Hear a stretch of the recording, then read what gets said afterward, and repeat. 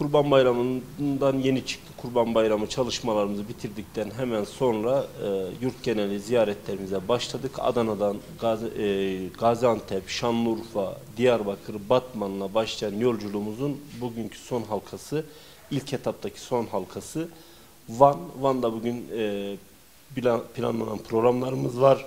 Burada iş adamlarımızla, iş dernekleriyle, iş insanlarıyla bir araya geleceğiz.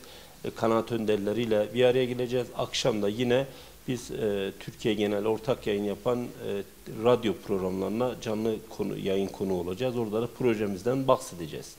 Bu yolculuğumuzun, bir hikayemizin, bu seferimizin özel bir anlamı var. Huzura Adım adı altında şu anda Türkiye'de başlatmış olduğumuz bir projemizi hayata geçirmek için il il geziyoruz. 2024'ün hemen başında önümüze hedef olarak koyduğumuz 100 çiftimizi, 100 genç kardeşimizi, ihtiyaç sahibi genç kardeşimizi evlendirme projemizin aslında Gazze katliamlarıyla beraber bir müddet rafa kaldırmıştık. Tekrardan şu anda biz süreç uzadıkça bu projemizi gerçekleştirmenin de 2024 hedeflerimizi gerçekleştirmek için de hemen ilk 6 aydan sonra sahaya indik. Alandayız şu anda. İlk etapta 2024 hedeflerimizde 100 tane genç kardeşimizi, ihtiyaç sahibi genç kardeşimizi evlendirmek. Daha doğrusu evliliklerine katkı sunmak. Biz burada belirlediğimiz olduğumuz 5 ana ihtiyaç maddesi belirledik. Yatak odası takımı, koltuk takımı, buzdolabı, çamaşır makinesi, fırın olmak suretiyle genç kardeşlerimize bunları hediye edeceğiz. Bunlar tabii bir havuz sisteminde toplanıyor. İş adamlarımıza gidiyoruz. Projemize bahsediyoruz.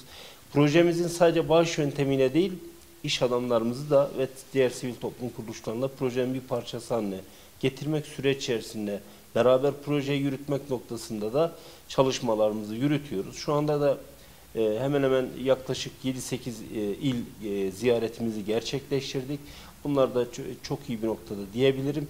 Her il kendi projesini, Huzur Adım projesini, her il kendi projesini özel yürütüyor. Orada oluşturacağı hayırseverlerin katkılarıyla beraber belirlemiş olduğu ihtiyaç sahibi gençlerimizin inşallah 2024'te biz düğünlerini, mutluluklarına olan o ilk adımı atacağız. Biz aynı vakıf çalışmalarımızda diğer çalışmalarda yürüttüğümüz gibi bir kere ihtiyaç sahibi olması lazım. Bunlar belirleniyor. Bunlarda bir referans da oluşturuluyor. Çünkü nihayetinde evlilik projesi noktasında bizim iş adamlarının, iş insanlarının getirmiş olduğu şartlı destekler de var. Şu kriterlere uygun şeklinde. Ama bizim vakıf olarak belirlediğimiz tek kriter ihtiyaç sahibi olması. Herhangi bir üzerine tapu kaydının, herhangi bir araç kaydının, herhangi bir aileden bir mal varlığının olmaması gerekiyor. Zaten şu anda bunlar hemen hemen belirlendi. Yani bu başvurular doldu diyebilirim. Biz ilk etapta 2024'te bu projeyi gerçekleştirdiğimiz zaman eksikleriyle fazlasıyla bunu 2025'te bu hedefi de büyüterek belki orada başka kriterler de ortaya koyarak 2025'e hazırlanmayı düşünüyoruz.